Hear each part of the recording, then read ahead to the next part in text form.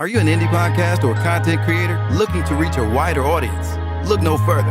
Introducing Podcastic, the ultimate podcast network designed exclusively for indie creators like you. At Podcastic, we believe in the power of unique voices and fresh perspectives. We're here to amplify your passion and creativity, connecting you with the growing community of engaged listeners who crave original content. Podcastic is more than just a platform. It's a support system built for indie podcasters, offering a range of resources to help you succeed. From tailored promotional campaigns to professional production assistance, we're here to help you shine. Our intuitive platform makes it easy for you to be seen and heard. We do all the heavy lifting for you. You just show up and create. Plus, with our advanced analytics, you'll gain valuable insights into your audience's preferences, allowing you to refine your content and grow your fan base. Ignite your passion, expand your reach, and thrive with podcasting. Visit our website at www.podcasticlife.com to get started. Podcastic, the home for indie podcasts and content creators. That's my favorite DJ.com. Welcome to the home of my favorite DJ, DJ Jules, baby. If you're looking for a DJ for any type of event, call us now, 313-595-8845. Once again, that's 313-595-8845. www.that'smyfavoritedj.com. The perfect DJ for any of your events. Sweet 16, 21, 30, 50, you turn to 75 years of age, DJ Jules, baby, is the perfect DJ for you. Weddings, corporate events, call 313-595-8845. That's my favorite DJ.com.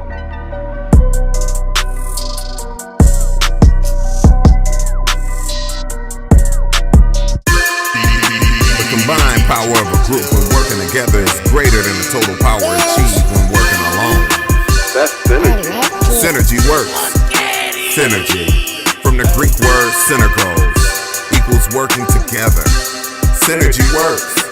Synergy is different people working out together advantageously for one final outcome, one goal, rewarding results. Synergy works. Don't train by yourself. Train with synergy. Why? Because synergy works. Contact us today to set up your fitness assessment. Synergy works.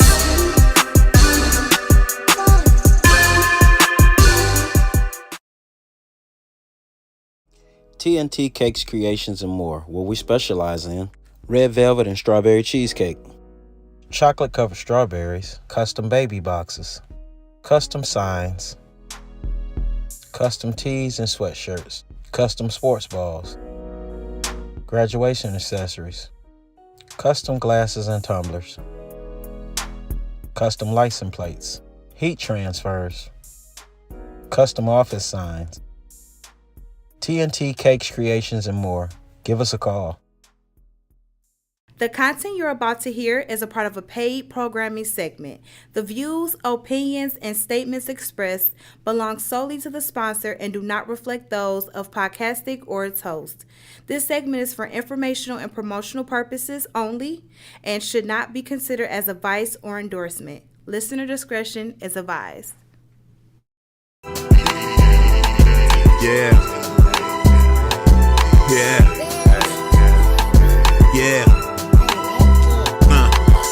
Big flex on the set, you know we gotta rep. Heavy talk on that mic, all we do is press. John Q, that's coach, got him upset. Gym Animal Muscle Gang, we up next. Big Flex Podcast live on Monday night with John Q, Latoya, Deshaun, and Don Snipes. You can catch Snipes on the pod or the big screen or get tea time with Toya if you want the tea. Talk about the strong end on your weekday. Tap in with Muscle Gang, you never have a weekday. Big Flex Podcast, 9 p.m. Monday. Pull us up on YouTube if you want that replay. Big Flex Podcast, 9 p.m. Monday. Pull us up on YouTube if you want that replay. It's the Big Flex Podcast, Mondays, 9 at night. It's the Big Flex Podcast. Come on.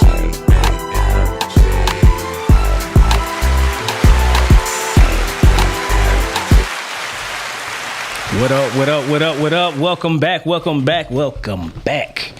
the GAMG, the Big Flex Strongcast for episode 109. I am your host, John Q. And it's big Yeah, I'm back, motherfuckers. You know, it's been about a week or so, you know what I mean? Had to go get a nice little tan for your monkey asses, you know what I'm saying? See, a little... There you go, you know what I'm saying? Yeah, I ain't so goddamn, ass shit around this motherfucking no more. But yeah, welcome back, y'all. You know what I'm saying? I am your host once again, John Q. And of course, the best hosts with the mostest down here. We have sis down here, Latoya Deshawn in the building, y'all. What up, though, sis? What's up? Welcome back, bro. All right, thank you. Hey, look, thanks for having me back. You know what I'm saying? Y'all held it down and shit. You know what I'm saying? That was a hell of an episode last week, man. Hey, I'm proud of y'all, man. I appreciate it. You know what I'm saying? And of course, we got my brother right here. Don Snipes in the building, y'all. What's up, though, brother? Hungry. You say hungry. This motherfucker always hungry. Hey, look, you would swear that he ain't. Hey, look, like he don't never eat, but this motherfucker always eating though. All the time. Yeah, you know what I'm saying?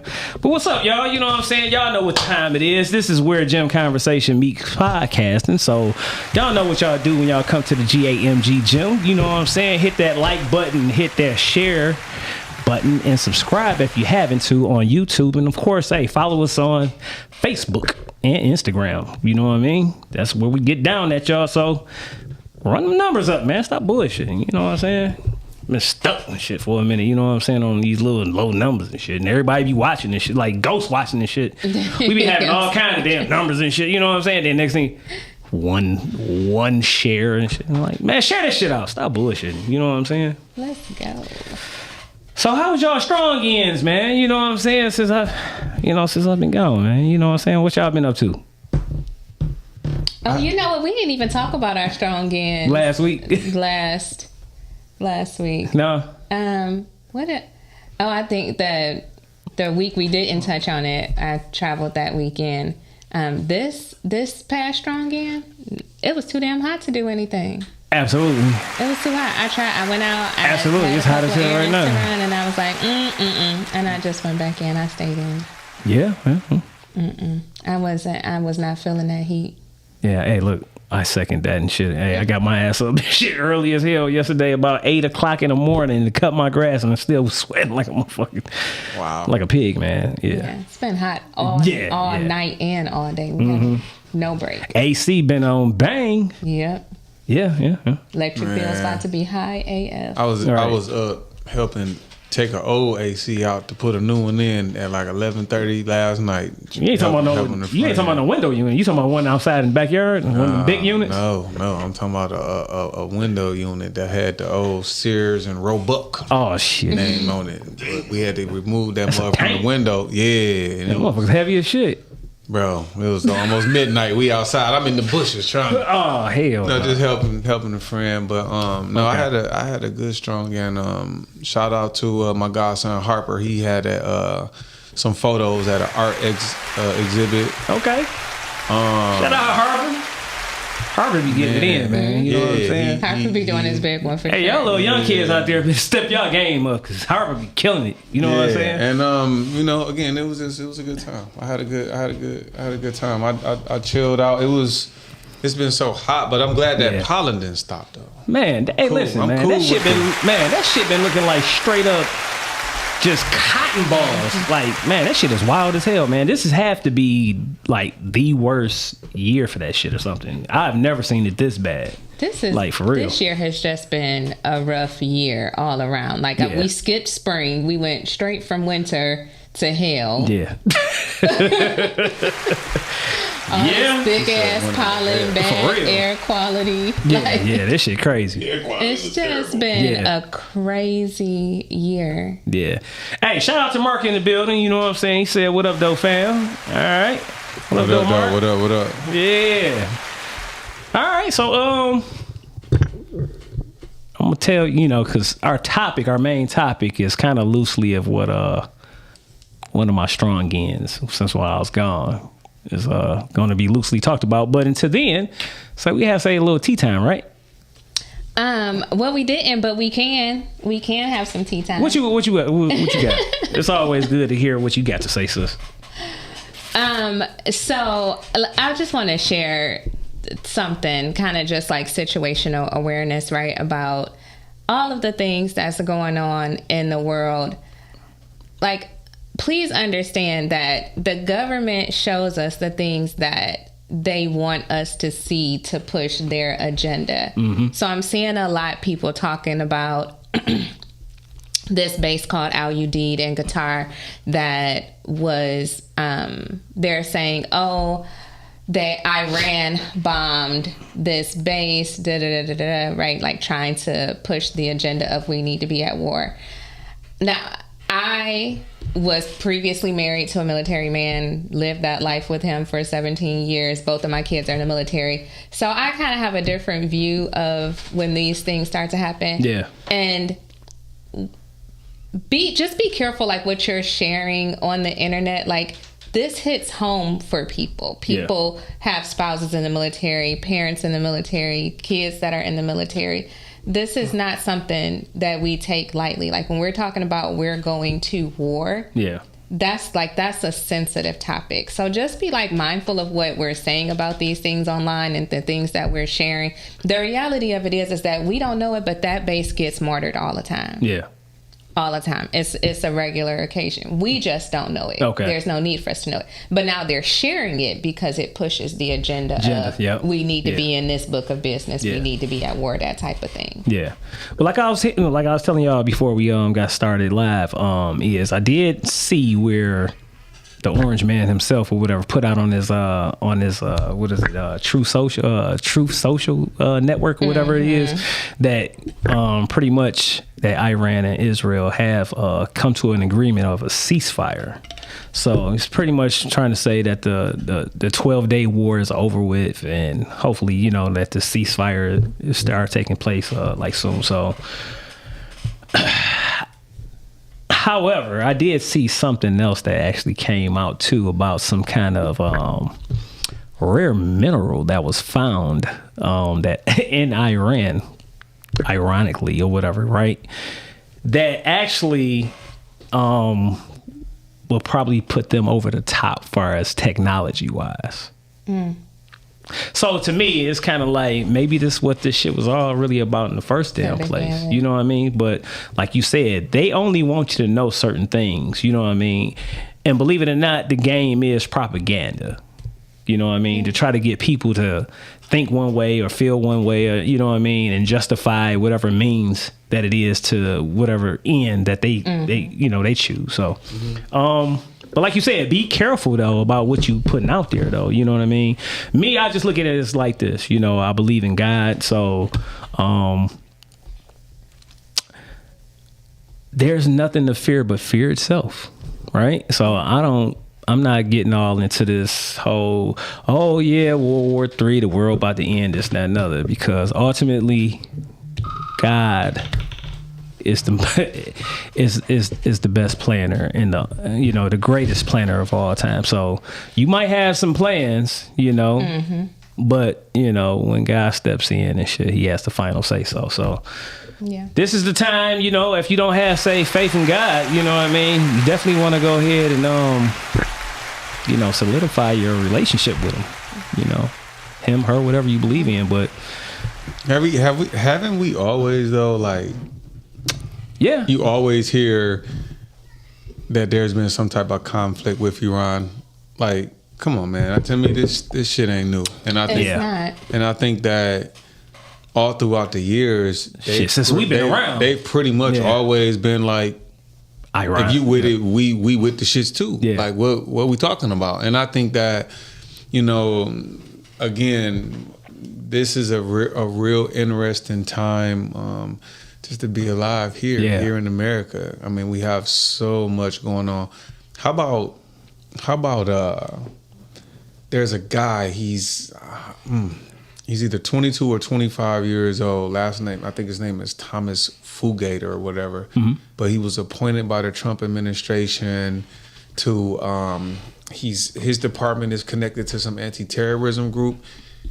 When he was appointed, all of a sudden his LinkedIn profile disappeared. All right, but when you look this guy up, they saying that he helped with Trump's campaign, but he actually used to be a ex grocery store clerk. Now this blows my. Hear me out when I say this, and this guy is extremely young. Mm-hmm. No type of political experience, no nothing. Like I said, all of a sudden, you know, it's so hard like to an find. AOC. Then. It's hard to find information on this dude. Well, here's the deal. You know, when we start talking about certain types of government, obviously, you know, you might have some people that kind of get it out the mud, have a grassroots kind of following, and people that support them. But that's one type, you know what I'm saying? It's different when you running for maybe some district stuff. Yeah, of course. Maybe a house seat here and there. But we talking about, you know, when we start talking about international issues, what's your qualifications for this? Do you have any military service? Do you have any type of background in international studies in school? Anything, you know what I'm saying? Something that's going to support you being appointed to this position, and you can't find anything on this guy. It's kind of, I think his name is Thomas Fugate, if I'm not mistaken. But you know what? Let me say this though. If you notice though, it's like it's always say, you know, if you believe into say the, you know,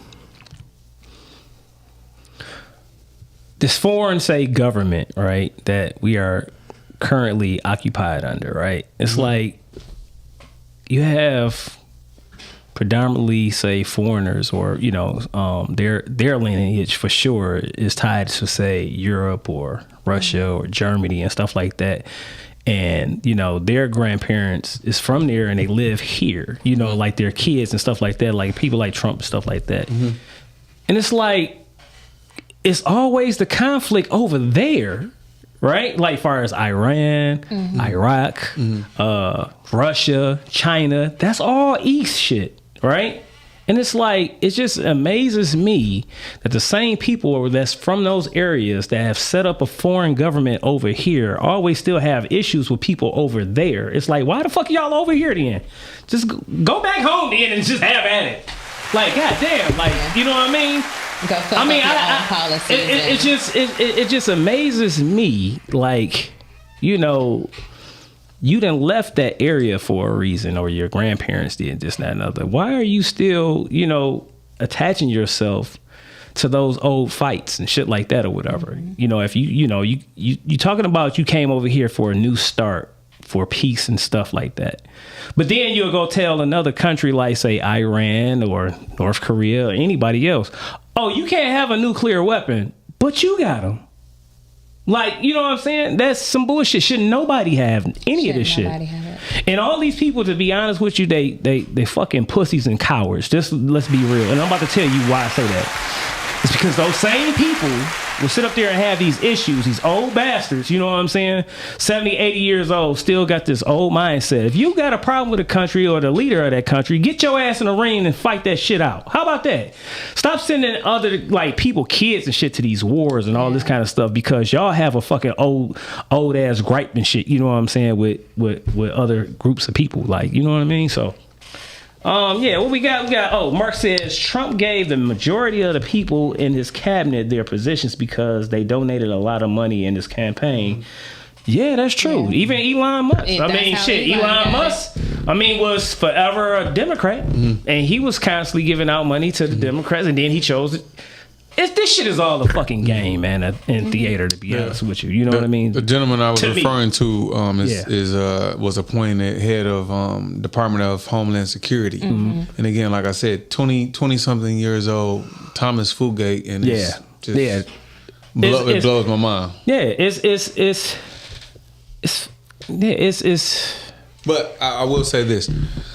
I'm a firm believer that no matter what game is being played, you know, it's still our responsibility to make sure that we have full awareness of what the fuck is going on. Absolutely. You know what I'm saying?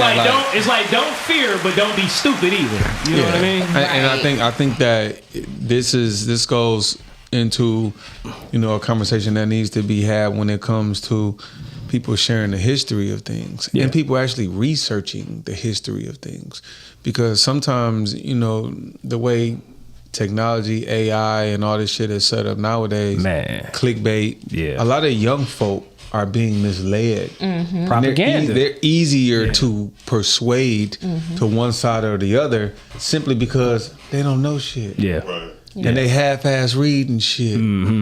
You know, I was looking recently at the BET Awards, and you had a lot of young people talking about the one guy Kai, and he's a huge influencer and this and that. But who the fuck are some of the people didn't? Man, some of the people didn't. Who the fuck are you influencing? Like, well, again, right? I don't want to get into this schematics of that, but I will, because I feel like, you know, as things advance, you're going to see new things kind of, you know, appear. That's just life. That's just a natural evolution of things. Yeah. But you have some people that had an issue with the fact that, you know, it kind of appeared that he showed lack of respect for some of the, you know, the older people that was in the game, or, you know, some of the people that had been in the game before him. And it was just like, oh, you who? You're one of those kind of things. And I saw that, and then there's another guy, I Show Speed. And I Show Speed was racing the dude, and I mean, after it was over, he turned around and he said, "You fucking fraud, you punk ass motherfucker." Now this is how he was talking to the guy. Wow. So I called one of my young boys, and he said, "Hey," he was actually taking it light on him. He was like, "That's part of his image. It's part of his persona." And in my mind, I said, "So man, we living in an era where part of the persona, you know, of you being on internet is one thing to say, hey, I beat you, good race, good sportsmanship, but we disrespecting. It's like, fuck you punk ass fraud, fake ass motherfucking nigga." Like, whoa, wait a minute. To me, that was taking a little too far. I had to do my homework on old boy. I Show Speed, and that's just how he talks. Especially coming from this generation and shit where they don't know nothing about throwing hands. All they know is about throwing bullets. You know what I'm saying? Yeah. Like real shit. Like, it's like, let's get to this topic though. Let's get to this. You know, we ain't gonna even touch on the other shit, but we gonna get right into it, y'all. Like, I want to hear, you know, some people call us on this one. You know what I'm saying? I put it out here yesterday. It's part 2 of vulnerability. All right. And the simple question is this: when is the last time you cried, right? Like, name the last time, you know, you cried for a celebration or a hard time. We'll start off with that one first. I got a couple of other questions behind this topic, though. So when was the last time you cried? For a celebration or a hard time? Yeah, celebration or hard time. Because I want to ask y'all about how did y'all feel, you know, what was it and stuff like that. I mean, I'll start off. Because I got to get this shit off me, you know what I'm saying, real quick.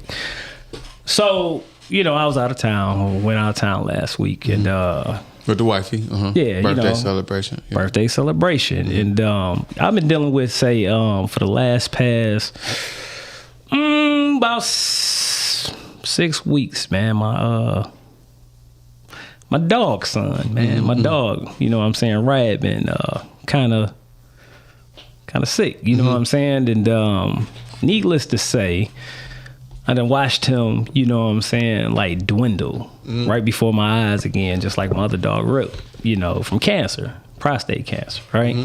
And prior to us getting on the plane, we get this call from our vet, like, yeah, it's a wrap. You know what I'm saying? So that's how our vacation really started. You know what I'm saying? So he passed. You know, and so we I mean, we kind of knew it was coming, but, you know, yeah, it was tough, man, to be honest with you. So we in the airport, you know, my wife, she's talking to him, and I could just see her start crying. And I already knew what the fuck it was, you know what I'm saying? And it was just one of those moments where we out in public. I wasn't even thinking about us being out in public. I'm like, damn. Like, you know what I'm saying? My dog, I didn't have my dog around for like the last past 10 years. He didn't like been there through a lot of things as far as, you know, he was around with my father. Like, we got him back in 2015 in February. The day that we brought him home was very special to me because something that happened to me some years ago on that same day. Then some months later, my father passed, right? So he was around for that. So it was almost like he was there for like a lot of comforting, you know what I'm saying, that I needed, you know, and my wife needed. He was there as far as, you know what I'm saying, when I graduated right before the pandemic. Then the pandemic happened. Then throughout the whole time, my wife and stuff, she's going through her doctorate program. And, you know, as far as us being at home and all this kind of stuff, he's there, like in the videos and stuff like that. While I'm trying to help her do some stuff to turn. He's been there for a lot. You know what I mean? My grandparents passing and just everything. You know, when our uncles passed, you know, just to kind of like see him still fight. You know, because when we first got him, like he had a thyroid issue, and I didn't want to, because we adopted him. I didn't want to get like a sick dog, and I told him that when we adopted him, and just sure enough, that's why I said God has his own plans. So when we got him, we didn't know that he was going to be a sick dog, and I didn't want to get a sick dog because just like say 8 months prior, we just had to put down my other dog, Rip, you know what I'm saying, for lung cancer. So I didn't want to have to go through all that shit again to that degree. Needless to say, for 10 years, he was on medication. You know what I'm saying? But hey, that's a long time though. On thyroid medication, stuff like that. So it was just like, you know, like to know that his whole life, he had the strength to keep on going every damn day. You know what I'm saying? And you know how Riot was. I couldn't tell that motherfucker was on no medication. Goddamn, there you go. You know what I'm saying? But he'd come around, he'd sniff you around. You know what I'm saying? And as long as he think you cool, he'll lay right by you and shit and go right to sleep. You know what I'm saying? But he was very, you know, protective. You know what I mean? So, you know, like I said, the last time I cried, man, I was crying like I ain't do the waterworks totally. But yeah, I felt like, hey, like I cried like a bitch about my dog. You know what I'm saying? You goddamn right. You know what I'm saying? And I'm going to correct you and say you cried like a man about your dog. Yeah, there we go. You know what I'm saying? Yeah. Thank you, Austin. Correct. Yeah. You know what I mean? But yeah, you know. We got to stress that. Yeah, no. So that's another thing, because one of the other questions is it still a stigma? You know what I'm saying, for men to cry. You know what I mean? To see a man right cry. It is. You know what I mean? So let's not even play them games. Yeah. It's a big ass stigma for men. Actually, on the way here, I just so happened to be closing some apps on my phone. And why was it a woman on a podcast? She's been interviewed, and she was like, "Oh yeah, like the worst thing a man could do is cry in front of me, because after that I just lose all respect for him." And I'm thinking to myself, like, you dusty bitch. Pretty much. You understand what I'm saying? That's a dusty motherfucker. And here's the deal. That's crazy. I just want to say this. Well, first of all, the last couple years, it's been trying, man. Goddamn. Has been challenging. Yeah. The last time that I just had a real full on out cry, Richard called me in the morning about Missy. Yeah. And I got the news. He called me at like 4:00 in the morning for Melissa Talbot. And here's the interesting thing, right? Melissa was a friend of mine. We worked together, all kind of shit. And I had a lot of shit going on.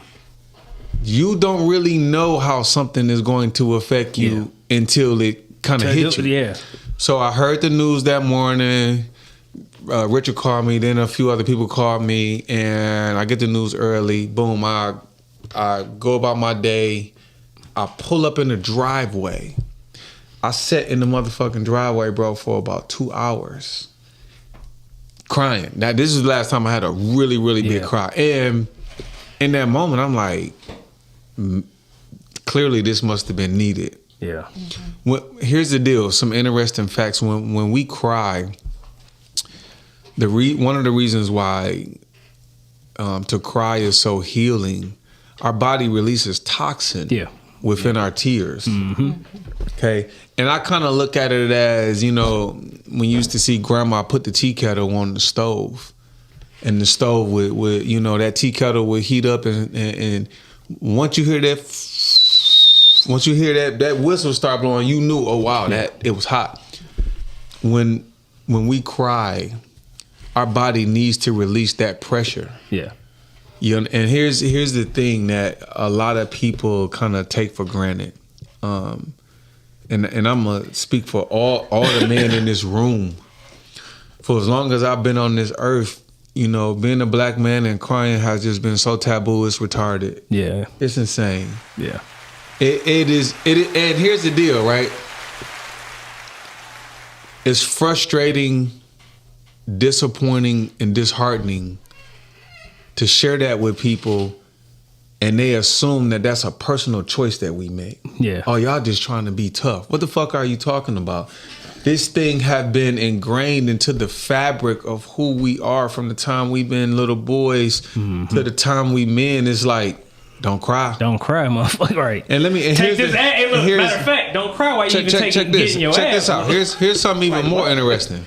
As a kid, we hear that in our home. Yeah. Then we start hearing our peers repeat this shit. We start hearing some of the women that are around us repeat this shit. So this is all we know. But here's how it shows its ugly head. I personally believe a lot of our family history and structure would be in a better place if there was a lot more safe spaces for men to show their emotions, especially black men. Because here's the deal. When we don't deal with something for so long, what that does is over a period of time, our hearts become calloused. All right. We become hardened individuals. And here's the deal, right? When you don't practice something for a long period of time, 10, 20, 30, 40 years, you don't even know how to fucking do it. You lost. And the thing about humans, we like to look at other humans and say, well, you 20, you should know better. You 30, you should know better. You 40. Like, we have this thing where we always like to think that with age just automatically comes all this wisdom. Age and time. Yeah. And so my thing is, if you haven't practiced, fuck even releasing them. Most of us don't even know how to conceptualize our emotions, and we don't know how to speak them. We don't even know how to be verbal when it comes to let me express myself in this way, in a way that's like, wait a minute, I'm not saying that I'm mad at you. I might be hurt from this situation. Yeah. But a lot of times in my lifetime, when I've expressed how hurt I was about certain shit, man, it was weaponized against me. Yep. I don't know about you, but that's been my experience. And again, to be honest, well, for me, it's been a little different as far as like, you know, me and my wife been together for 29 years. So you had somebody to do that. I've had like, you know, somebody to share, you know, a lot with, you know what I mean? A lot of say celebrations, a lot of. You think that's staying true though for a lot of other men? A lot of other men? No. Your friends? I know I'm the exception, not the rule. You know what I mean? I know I'm the exception, not the rule. You know, to be honest with you. I mean, because even growing up with my grandfather, right? Here go one for you. Like for the longest and shit, my grandfather was known not to give hugs, right? I didn't never know that because I was probably the first one of his grandsons or like little boy or whatever to give him a hug. So my whole relationship with my grandfather was always, I gave my grandfather a hug. And everybody used to be like, he don't hug. Like, you know what I'm saying? Like real shit. Like I didn't know that. You know what I'm saying? Until after, you know what I'm saying? I found out. I'm like, damn, you know, granddad. Black men showing black men affection. That's a whole nother topic within itself. Absolutely. That kind of it goes along with this whole thing about when the last time we cried. I'm glad and shit that we didn't really get that memo, to be honest with you. A lot of us in our family. No. Because we No, I meant. We some huggers. Like, you know what I mean? It just is. You know what I mean? So I'm kind of glad, like I said, I'm the exception to the rule on a lot of those things. But yeah, it's a stigma when it comes to a lot of things in our community as far as men. You know what I mean? Let's hear from Sister real quick. What about you, sis? When the last time that you cried? Well, I'm not a big crier. Yeah. I think I know a lot of men are told that growing up, but in my family, the women were told that too. Yeah. Like, cry for what? Suck it up, do what you need to do, and keep it moving. Do you think that affected you in any type of way? It has absolutely affected me negatively. One of the things that I've recently, probably just within like the past 2 years, kind of learned about myself is that it's been difficult for me to find and settle into the type of relationship that I really desire, because I hold so much in. And in order to control all of that, I have to close off pieces of me. And closing off pieces of you closes off those vulnerable and feminine sides of you that would attract the type of person that you desire to be with, right? So I think in that way, it definitely had a negative effect on me and the way that I relationship and the way that I operate, and even like my anxiety, right? Yeah.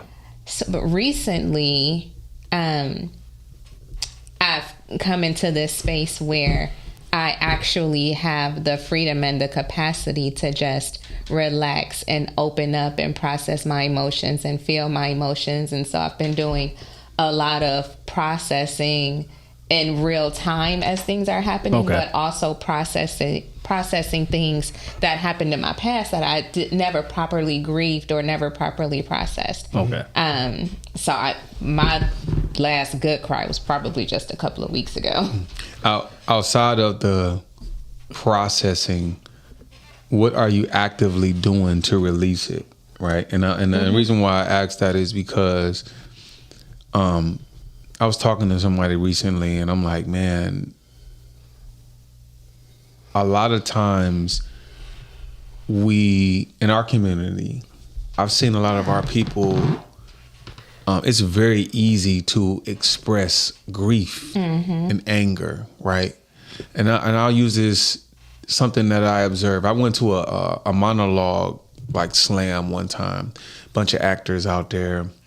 And pretty much you could come up and just, do a 2-minute monologue. When I left out of there, I just sat in the car for a while and I was hurt. And this was just off some monologues, but the reason why is because, let's say we had 8 men, 7 women. Every fucking monologue was centered around trauma or something. Yes. Fuck you, bitch. You, how could you do that to me? Oh, I hate you. You broke my heart. Every fucking monologue. Wow. So I'm thinking about this and I'm like, wait a minute. This show up in our writing. This show up in this show up in our music. Definitely, I'm gonna kill you. I'm gonna hate you. I'm gonna fuck your bitch. I'm putting my pussy on your nigga face. Like this show up in a lot of our art. In our movies, all of that. You get what I'm saying? And I'm just like, wow. I'm like, man. I stood up before I left and I said, listen. I said, I enjoyed everyone's monologue, but if I could offer any advice, please start to view things outside of the box and things that you wouldn't normally view. Look at some rom-coms. Look at some stories from another country. Look at the Bali and the Nollywood films. Look at some of the stuff they doing in Africa. Look at some of these British and West African films.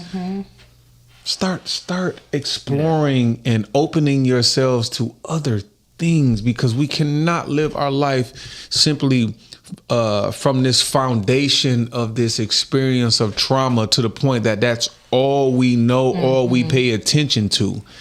You get what I'm saying? Because I feel like what I've noticed is people who don't actively, I'm sorry, and to get back to my point, how do you release it? What I found is one of the best ways that I've learned to release it is to first acknowledge it and then just express it. Say something about it. Right. It's one thing to think in my mind, hey Don, that hurt me. It's another thing for me to pick up the phone and say, hey brother, can I talk to you? What you said was, hurtful. Or hey, can I talk to you? The way you were speaking to me was in a way that, kind of, I feel like is not representing the relationship that I, expect us to have. Say something. And say something in a way that because we have a tendency oftentimes to just come with just filled with so much anger. That's another thing. Outside of us releasing that, we have to learn that, okay, how do I work through some conflict resolution with somebody? Like that's a skill set that many of us lack. But I think when we are talking about this thing about us crying and releasing and letting some of this go, yes, it starts with that, but then we need to educate ourselves on proper conflict resolution, because many of us lose good people that we love and care about because we approach situations in a way that's just, we didn't think them through, or we don't know any better. And we think, yo, this is the only way that I can say something to this person. We come into it with a lot of preconceived notions, a lot of judgments, and that shit is tough. It's tough talking to somebody that you love that you don't even realize, like, yo, I'm not actually calm, or I'm not actually open to hearing this person's. Because here's the thing: sometimes we say something to somebody, and even though they may have a fucked up reason why they did whatever the fuck they did, we still got to give them some grace and space for that. It may not even be what we want to hear. Yeah, but I will say this: some motherfuckers don't. Hey, look, after you can gave their ass some grace, you gotta sometimes tell them to get the fuck out your face. So I think for real, but go ahead, sis. Because I do want to get back to when the last time y'all ever cried or felt very emotional or cried for something like a celebratory situation or whatever. So I'll speak to that too after I answer those questions. So I've been very intentional in this space of growth with getting off of work and coming home, because a lot of what I'm learning about my traumas as well is how it shows up at work in me. And so I've been really intentional about coming home and designating at least an hour to just like journal and decompress and kind of look at it from that conflict resolution standpoint, right? Like, are you not being a bitch at work, are you? Or no. Okay. No. In fact, what I'm being told is that I'm not being bitchy enough. Yeah. Okay. Yeah. But it comes from this place of wanting to be everything to everybody, right? So like, I have to do my job as a manager and hold people accountable. On the other hand, I'm very... You want to show empathy and compassion and understanding. To, all of the things that they have going on. You know what I mean? Exactly. Trying to find that balance. And so I come home, I decompress, I journal. Again, I take at least an hour to do it. But then I never kind of just leave it as like, dang, this is how I'm feeling. This is where my anxieties are. It's kind of like when I'm journaling, I'm looking for, from the last moment I experienced this, have I grown any? Did I handle it better? Did I handle it differently? Or do you feel better in the current moment? Exactly. What am I feeling in this current moment? You need to roll up or pour up. Right. Exactly. Exactly. Sometimes you go home, you might need to roll up a little or pour up a little. Right. Yeah. You might need a little assistance with the decompression. So definitely just kind of holding myself accountable and making sure that I'm growing. Pause. All right, hey, look. Y'all get on my nerves. Okay, on the Call in, man, guys. Call in. Hey, look. The number is 810-560-0658. Once again, 810-560-0658. Call in, y'all. I haven't cried from celebrating though in a minute. Like, I need to cry some happy tears. I haven't done that. You've done that? Yeah, I have. I cried happy tears. I explained.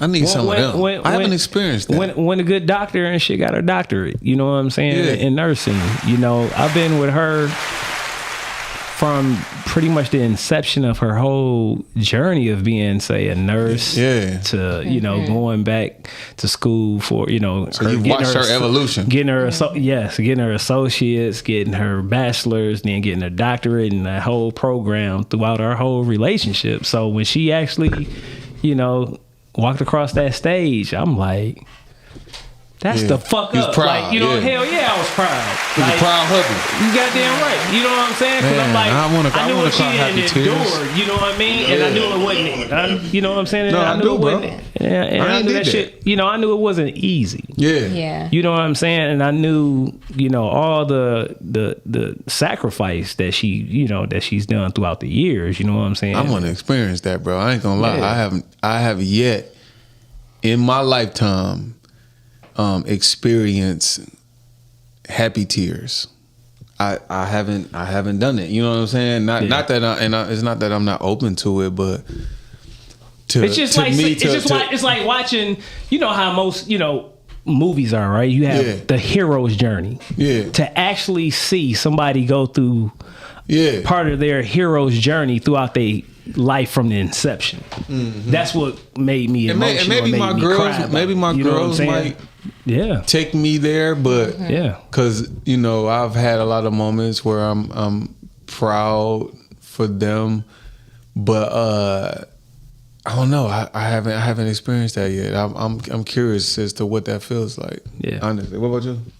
I remember that it was October because it was when my son turned 21. And that was when the kids came to visit, and he brought his fiance. Okay. And it was something about him turning 21, getting engaged, family, man, and then them being like just kind of. Well, you can reflect. It was proud. It was definitely a proud mama. Moment. And it was kind of like, it started off as sad tears because I was like, dang, like my baby, like that's my baby, that's my youngest, and now he's not been a baby for a long time, but when you're married, like you're truly a man. You're a man. You're a man. You are truly a man and the man of the house. And so definitely happy tears for. Now look, before we get out of here, you know I gotta hear when the last time you cried, either happy, you know, something happy, something sad, or whatever. You know what I'm saying? Okay, go ahead, speak on. Come on, speak on it. That's easy. You said that's easy. It is June 2nd. June 2nd. When the podcast had turned 5. Yeah. It was that morning I woke up. Yeah. And I was like, okay, they coming down my face. He said it's coming down my face. Yeah. And I was like, cried like, damn, this is something I thought out of my head. Yeah. Yeah. Put it together, and that was it. And if I cry all the time, I'm a big crybaby. Yeah. They call me a big crybaby. I mean, like I said, when something, don't let me watch a movie. Yeah. Oh, you man. be looking at me like, what the fuck you crying for? Hey, then you gonna be sounding like a shit motherfucking camera. Oh, man. Oh, no, man. Oh, man. It's just that, like, I definitely cried on the movie recently. Oh, boy, just released. What's that? Straw? Yeah, I had a little moment when I watched that. It was a typical. But you know what? No, you know what it is? It was because of my dog too, and then it was just. What moment in Straw made you cry? Look, it didn't come down, but I was like, "You motherfucker!" I had a little. I was like, "You son of a bitch." I'm glad that said the main part where tears started flowing is when she realized all this time she was going through it. She was grieving. Yeah, she was grieving. Yeah, because everybody don't grieve the same. Yeah, you know what I mean? And so I got a buddy of mine. His mother died. He still haven't cried. Mm-hmm. Bro. Let me add to that. Yeah. When my mother passed, even when my father passed, grandparents, and at some point I used to think like, you know, is something wrong with me, you know, because I didn't have that moment, and which is why I said the day that I got the news about Missy, I felt like it was something that I had suppressed for a very, very long time. I sat in the car for 2 hours, just sat there. I didn't even get out the car. I ain't had no music on, I ain't do nothing. I just sat in the driveway. And again, I thought about that. I'm like, wait a minute. Right. This is my friend. This was my... But I think for me, I was young when my mother passed. It was my last year of high school. She had brain cancer. And I felt like I hadn't lived long enough to kind of really understand and process what I was really going through at that moment and how much she meant to me. Yeah. When my biological father passed, I was blessed to spend the last 6 months with him. But while he was on this earth, we didn't spend a lot of time with each other. Yeah.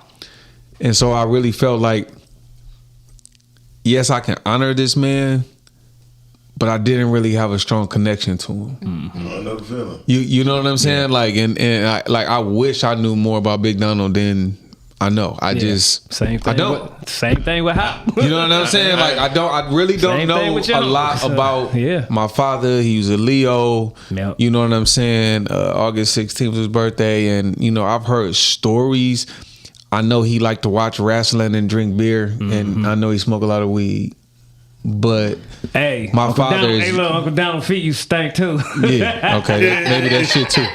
But he used to come over our house. Oh man, yeah. But knowing this is why this is important, right?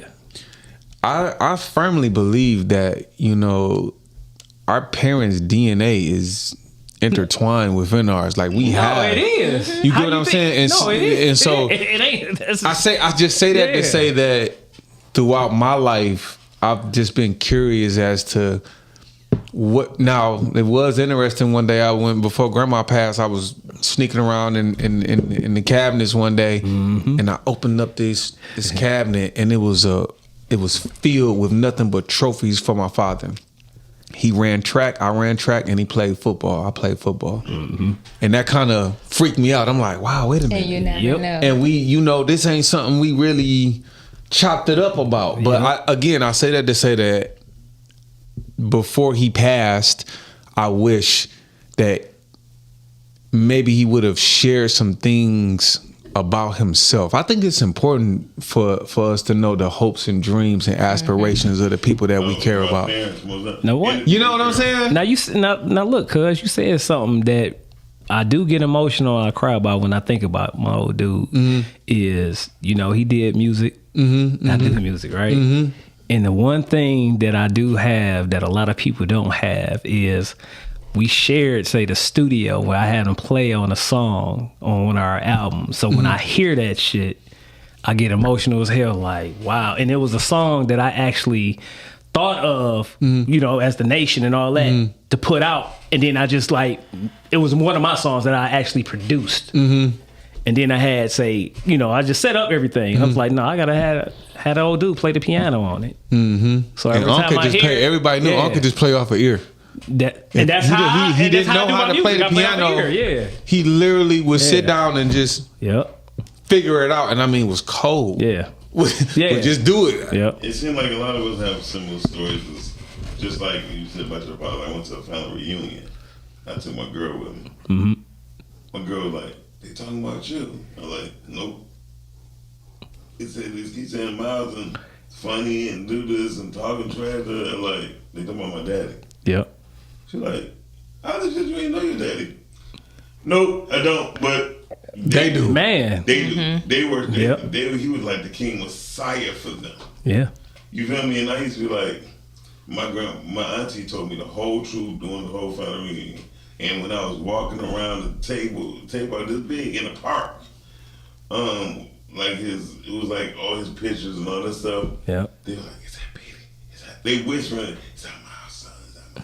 You know what I mean? I'm saying, like, what was all the whispering going? She said, "Baby, you are Miles Dixon's son. And you the youngest." Like, for real, they like looking at you like, "What's up with you?" You know, like, I got emotional then. Again, like I say, I think it's important to know the fabric of the being that was a vessel for us to get here on this earth. That's interesting to me. You know what I'm saying? My biological mother, you know, somebody told me, you know, when I learned that she wrote a play in high school, I was like, wow. You know, she And then my mom, you know, she's very creative, okay? And so, again, there's just things about them. I always say we got 3 strands of DNA. We got God, and then we got our parents. Well, God is our oldest ancestor. So. There you go. and I agree to that. Amen to that. But I just say that to say that I think that these things, these conversations, you know, yes, maybe sometimes they may stir up a certain type of emotion, but that type of thing is needed because some of us, some of our past hurts, some of our joys, some of our wants, some of our desires, they're connected to our ancestors in a way sometimes that I feel like we've been hurt so much.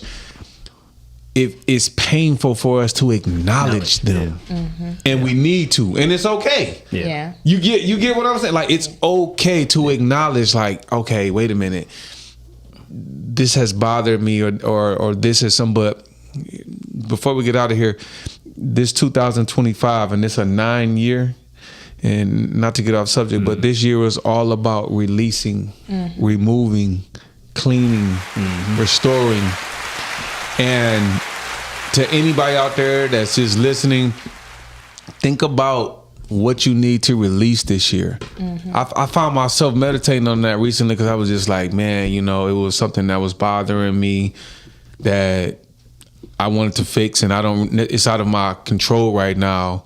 But then it's like, hey, Don, you got to remember, this year is all about releasing, removing, restoring. All right. And oftentimes there is no restoring without the releasing. Yeah. Yes. Yeah. You know what I'm saying? Whether it's those past hurts, those past failures, those any regrets that we may have, we got to let some stuff go. Yeah. And if we don't, there we go. If we don't let it go, when we hold on to these things, we don't have the capacity to replenish ourselves with things that's going to bring us some joy, some happiness.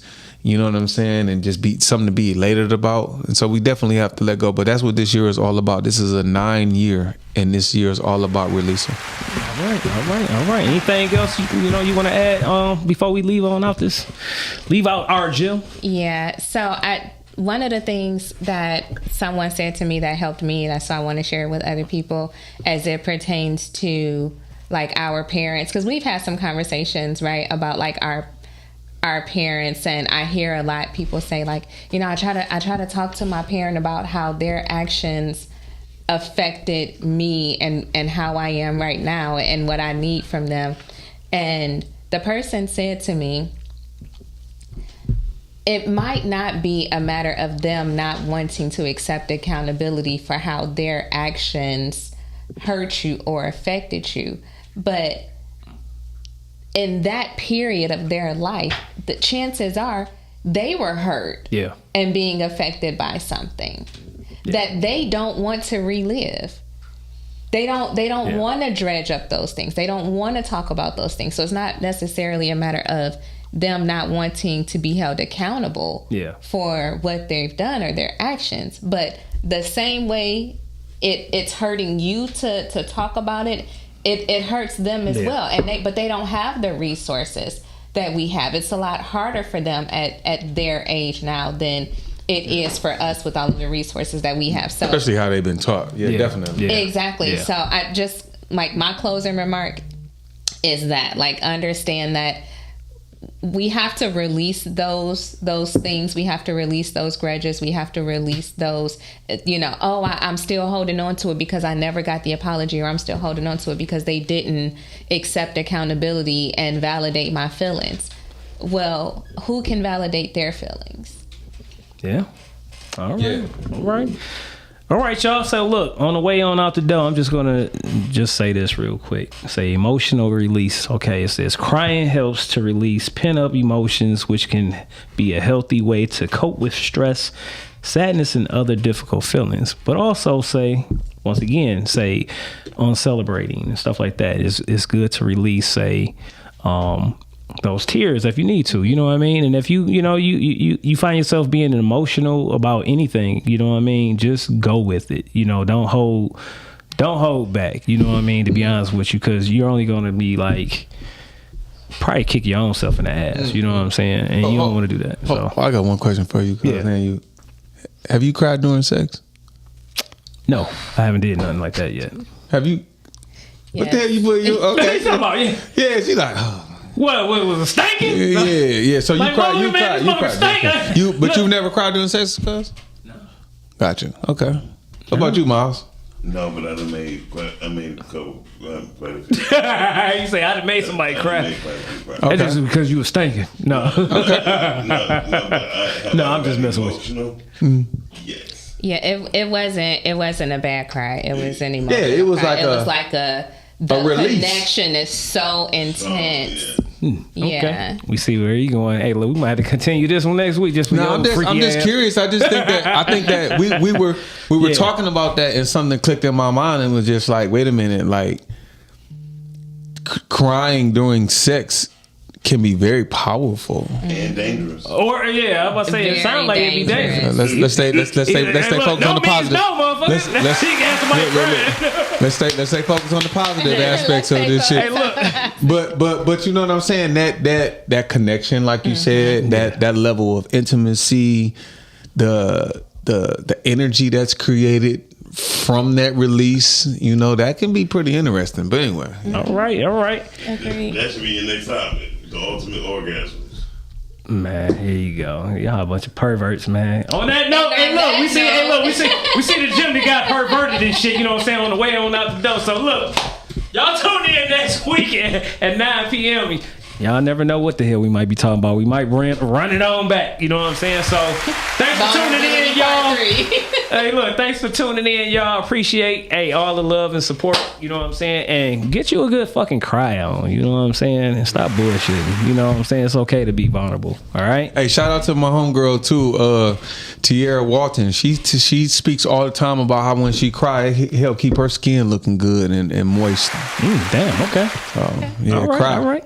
Yeah, and for the guys out there, cry to help wash some of the boogers out your eye, because a lot of dudes be acting like they too tough to pull that little shit in the corner of their eye. So cry, let that shit out. Okay, all right. On that note, y'all, see y'all next week. Peace, y'all.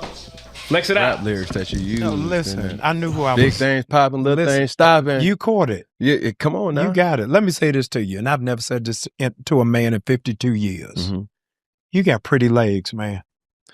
Oh, man. And they lanolated. Man, listen, I'm back working out. You put shea butter, jergens. Oh, you see that? They glowing in the dark. I'm just y'all nourished. zoom in. Do not skip leg day. Don't do that. Don't do that. Sometimes you got to remind.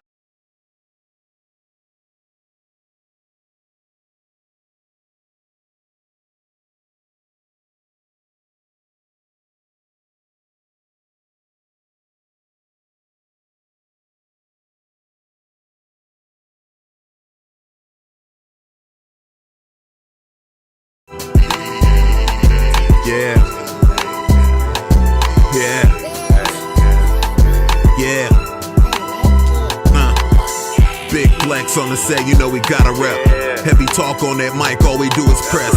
John Q, that's coach, got him upset. Gym Animal Muscle Gang, we up next. Big Flex Podcast live on Monday night with John Q, Latoya, Deshaun, and Don Snipes. You can catch Snipes on the pod or the big screen or get tea time with Toya if you want the tea. Talk about the strong end on your weekday. Tap in with Muscle Gang, you never have a weekday. Big Flex Podcast, 9 p.m. Monday. Pull us up on YouTube if you want that replay. Big Flex Podcast, 9 p.m. Monday. Pull us up on YouTube if you want that replay. It's the Big Flex Podcast, Mondays, 9 at night. It's the Big Flex Podcast. Come on.